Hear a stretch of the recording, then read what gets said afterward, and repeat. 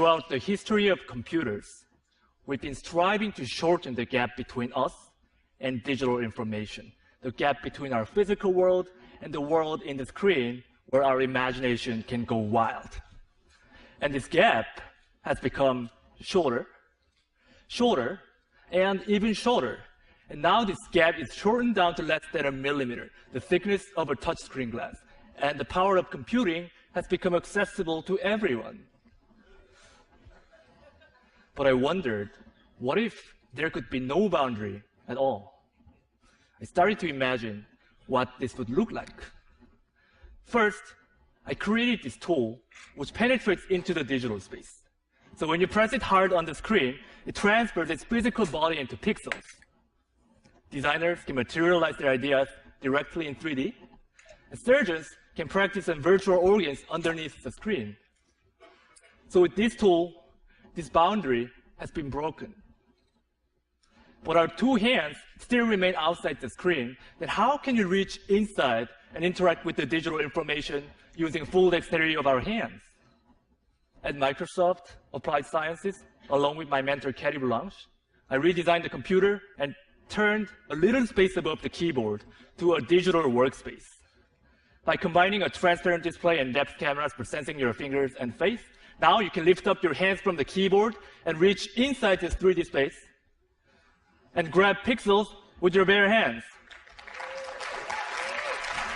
Because Windows and files have the position in the real space, selecting them is as easy as grabbing a book off your shelf. Then you can flip through this book while highlighting the lines, words on the virtual touchpad below each floating window.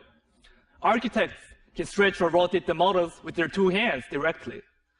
So in these examples, we are reaching into the digital world. But how about reversing this role and having the digital information reach us instead? I'm sure many of us have the experience of buying and returning items online, but now you don't have to worry about it. What I got here is an online augmented fitting room. This is a view that you get from head-mounted or see-through display when the system understands the geometry of your body. Taking this idea further, I started to think, instead of just seeing these pixels in our space, how can we make it physical so that we can touch and feel it? What would such a future look like? At MIT Media Lab, along with my advisor Hiroshi Ishii and my collaborator Remy Post, we created this one physical pixel. Well, in this case, this spherical magnet acts like a 3D pixel in our space, which means that both computers and people can move this object to anywhere within this little 3D space. What we did was essentially canceling gravity and controlling the movement by combining magnetic levitation and mechanical actuation and sensing technologies. And by digitally programming the object, we're liberating the object from constraints of time and space, which means that now human motions can be recorded and played back and left permanently in the physical world. So choreography can be taught physically over distance, and Michael Jordan's famous shooting can be replicated over and over as a physical reality. Students can use this as a tool to learn about the complex concepts such as the planetary motion, physics.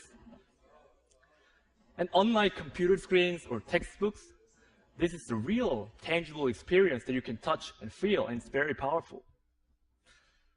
And what's more exciting than just turning what's currently in the computer physical is to start imagining how programming the world will alter even our daily physical activities.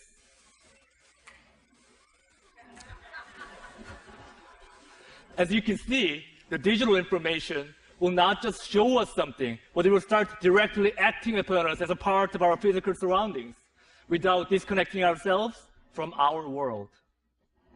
Today, we started by talking about the boundary. But if we remove this boundary, the only boundary left is our imagination. Thank you.